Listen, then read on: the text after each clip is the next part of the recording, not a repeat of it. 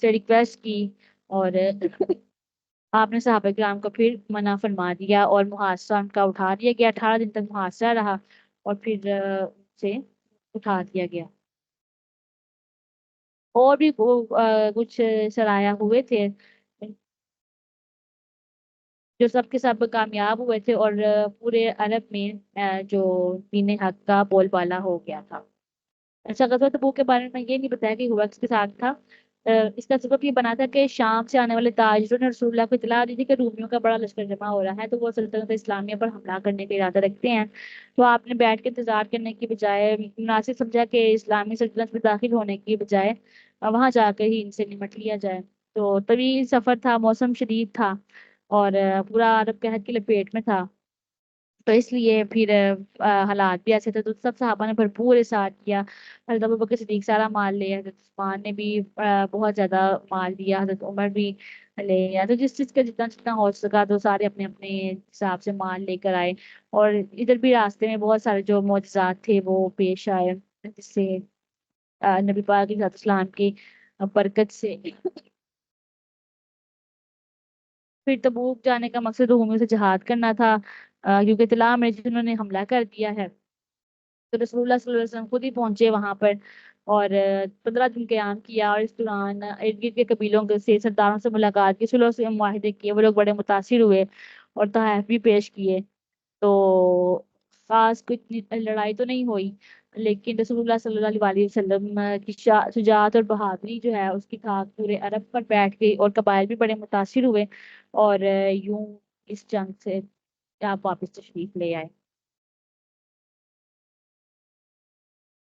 پھر آپ مدینہ منورہ داخل ہوئے تو آپ کے استقبال کے لیے سارا شہر آ گیا، اور خواتین چھتوں پر چڑھ کے آپ کی آمد کا نظارہ کرنے لگی، اور چھوٹی بچیاں دف بجا کر آپ کا استقبال کر رہی تھیں۔